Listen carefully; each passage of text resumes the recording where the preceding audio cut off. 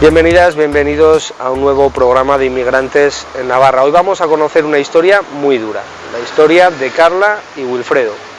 Son un matrimonio venezolano, son padres de 2 hijos y se vieron obligados a dejar su país. La corrupción, las amenazas hicieron que tuvieran que coger una maleta, intentar llenarla, imaginaros, meter su vida en una maleta y venir hasta aquí, huir. Nos van a contar su historia en 3 programas. En el primero nos cuentan los motivos. Vamos a verlos. Pues buenas, Wilfredo, buenas, Carlas, ¿qué tal? Muchas gracias por haber venido aquí, por contarnos vuestra historia. Y bueno, lo primero, presentaros para que os conozcan. Bueno, mi nombre es Wilfredo Pernía, soy de Venezuela y pues ya estamos por acá. Mi nombre es Carla Franco, tengo 32 años y soy de Venezuela. Bueno, vuestra historia, vuestro viaje es largo. Contadme un poco ¿de qué parte de Venezuela sois? Somos de San Cristóbal, específicamente queda cerca de la frontera con Colombia. Por lo menos yo tenía 8 años viviendo ahí en San Cristóbal porque mi esposo es de allá. Estudiábamos ahí, trabajábamos, mis hijos también estudiaban ahí. Nacieron en otra ciudad, pero nos fuimos a vivir para allá, para San Cristóbal, porque mi esposo es de allá. ¿Cómo es San Cristóbal? ¿Es grande, es pequeño, es industrial? Bueno, sí tiene industria, varios polígonos. Es una ciudad bastante movida porque al estar en la frontera con Colombia, está muy cerca de Cúcuta, de hecho a minutos casi que no a horas. Por estar en esa ubicación es bastante movida y concurrida. Yo nací en un pueblo muy cerca de allí que se llama San Juan de Colón y nos hemos mudado a la ciudad porque había más movimiento y bueno, pues ya estábamos muy radicados allí, ya estábamos muy establecidos allí. Mis hijos ya tenían su estudio ya y teníamos un plan de vida como tal en esa ciudad. Es Estado Táchira, Ciudad San Cristóbal, Estado Táchira. ¿De qué trabajabais allá? Pues bueno, yo me desenvolvía como autónomo. Yo comencé siendo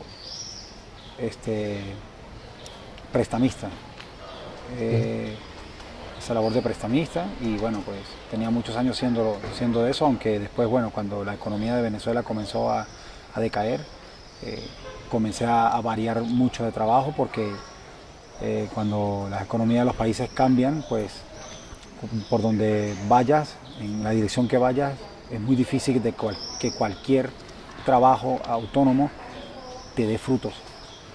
Y pues bueno, después de prestamista fui muchas cosas, comerciante, vendedor, bueno, tuve varias etapas de trabajo porque tratando de sustentarse uno, pues, porque la economía de Venezuela pues fue decayendo muy rápido, muy rápido. Hablaremos de eso. Carla, ¿de qué trabajabas?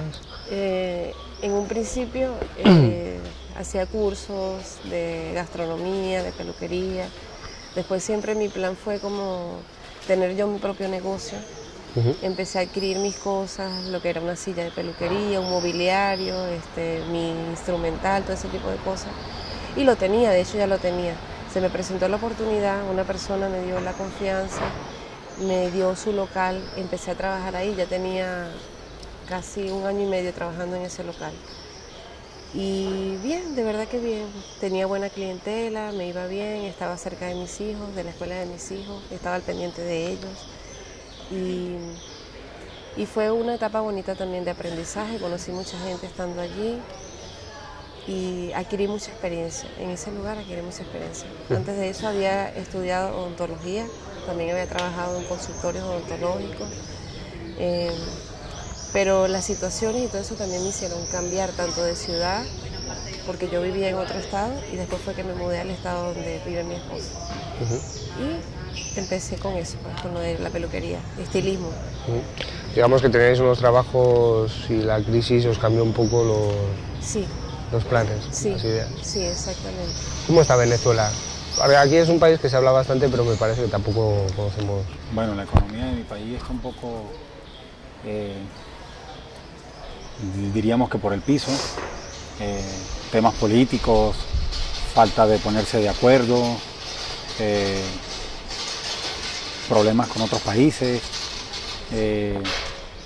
darle la espalda al compenetramiento político, pues, con la amistad con los países vecinos.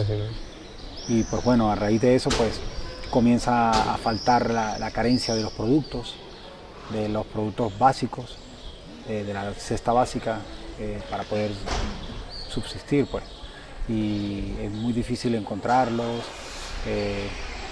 Los supermercados pues carecen de muchos productos, y algunas veces pues tienes el dinero pero entonces no encuentras el producto porque la mayoría de las compañías por falta de acuerdos, se han cerrado y se han ido del país.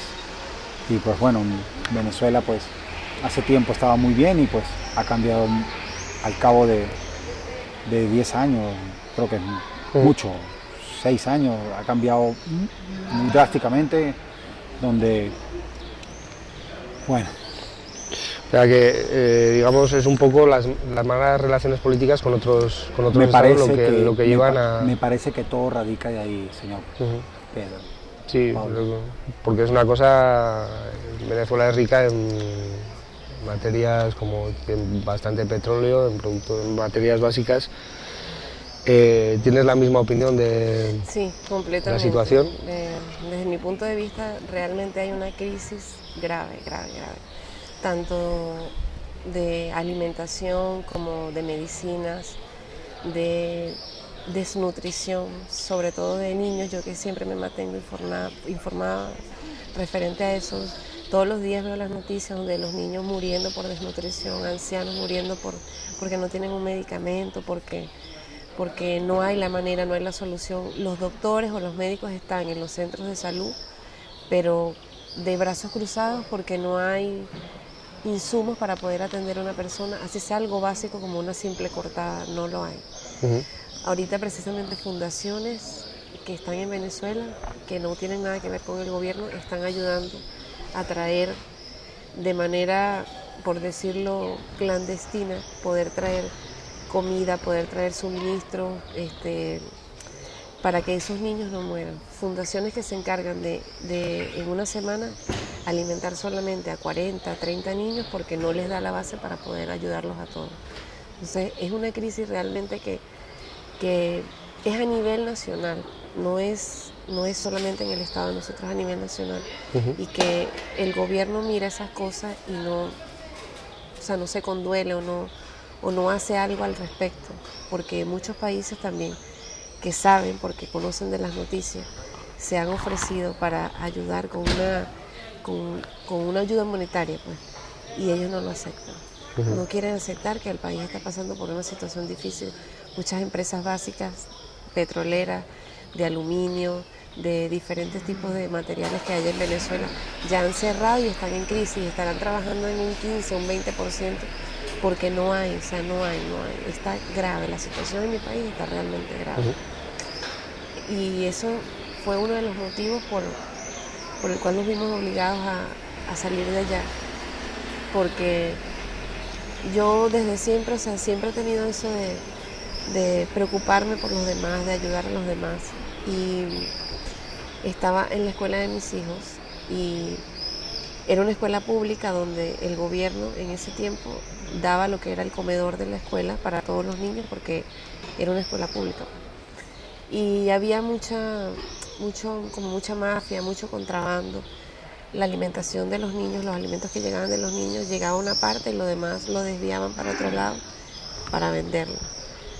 Yo me preocupaba por eso porque aunque mis hijos no estuvieran pasando por un momento de necesidad, habían otros niños que sí. Habían niños que de verdad estaban pasando por situaciones difíciles de alimentación. Y yo veía todo eso y yo empecé a hacer denuncias en los lugares donde debía asistir allá en Venezuela. Pero esas denuncias era como que hablarse o referirse a alguien que no te escuchaba, porque lo mismo que te digo, son cargos que tienen personas del gobierno que están ahí solamente para escuchar, pero no para hacer algo o no para dar una solución a eso. Perdona, te voy a cortar un poco. ¿Quiénes son los responsables de ese contrabando? Las mismas personas que están por lo menos encargadas de una institución. Había muchas personas que me decían, porque yo era como lo que es aquí APIMA. Sí, la Asociación de Padres y Madres. Yo era del Consejo de Padres y Representantes de mi país, de la escuela, pues de mis hijos. Y muchas maestras que no estaban de acuerdo con el gobierno me ponían las quejas a mí, pero con el temor de que yo dijera que ellas me habían informado acerca de eso. Entonces me decía, mira Carla, pasó esto, pasó aquello, la directora de la escuela llegó tal cosa y la camioneta llegó llena de esto y no le dieron tal cosa a los niños, no esto, no aquello. Habían profesores que tenían muchos méritos en esa institución, posgrados, sabían hablar inglés, sabían hablar otros idiomas y no los tomaban en cuenta para que estuvieran en un cargo como tal, sino que ponían, no, porque este es amigo de fulanito, este es el que va a estar en tal parte. Existe mucho eso. Porque este es amigo de aquel, este es el que va a estar ahí. Estamos hablando de un sistema corrupto total. Completamente. Total, completamente. ¿Un cambio de gobierno podría solucionar algo allá o es algo que está enquistado en las instituciones? No, un cambio de gobierno sería la solución. Un cambio de gobierno, de verdad que sí. Yo creo que sí. Que creo yo, Pablo, que cuando tú vives en un barrio o en una comunidad y estás en enemistad con todos tus vecinos que están alrededor, tanto como países como la gente, vas a vivir tú solo, bajo tus propias leyes, bajo tus propios pensamientos, bajo tus propias ideas, sin tomar en cuenta todo lo que está alrededor y cómo se debe llevar. Y pues eso para mí es una de las cosas más importantes que ha relevado el problema de mi país. ¿Cómo es un poco la política en vuestro país? ¿Decís que un cambio de gobierno podría ser la solución? ¿La gente lo está pasando mal? ¿Por qué no se produce ese cambio de gobierno? Lo que pasa es que antes había un sistema electoral que era diferente, era muy distinto. Al momento de tú votar era manualmente, con una boleta, una papeleta, la metías en una caja y al final de esas votaciones se contaban esos votos y ya sabías quién había ganado. Habían testigos de varios partidos políticos para que se encargaran de constatar quién había ganado y que fuera así, pues. Era un poco más lento, pero era lo más legal, pues lo más ideal. Después implementaron un nuevo sistema electoral donde colocaron unas máquinas donde se activaban con una huella y tú votabas, pero también tenías que poner la huella. Y después de eso, el gobierno o las personas no han estado de acuerdo con eso porque han habido elecciones y siempre ha ganado el mismo candidato, por decirlo así. 18 años. Ya tenemos, sí, casi 18 años. 19, vamos, para 19, siendo ellos mismos reelegidos y reelectos, puesto que el gobierno, el pueblo no está de acuerdo. Al principio sí, mucha gente de verdad pues llevábamos problemas también de corrupción, pero no eran tan drásticos como los que están ahorita. Al principio la gente pues confió en esta gente, pues confió y quiso tratar de Sí, estaríamos hablando de Chávez en este caso. Sí, Hugo Chávez. Y eso, mucha gente confió en él, porque de verdad era un hombre que tal, pero entonces por el camino pues creo para mí que se desvió. Y entonces comenzaron a implementar este tipo de votación por máquina y donde comenzó prácticamente un fraude, porque la gente pues no está de acuerdo y de hecho tenemos ya 10 años, 12 años no estando de acuerdo, porque póngale más o menos un periodo, que vamos a suponer que la primera reelección de él, de Rafael, de Chávez,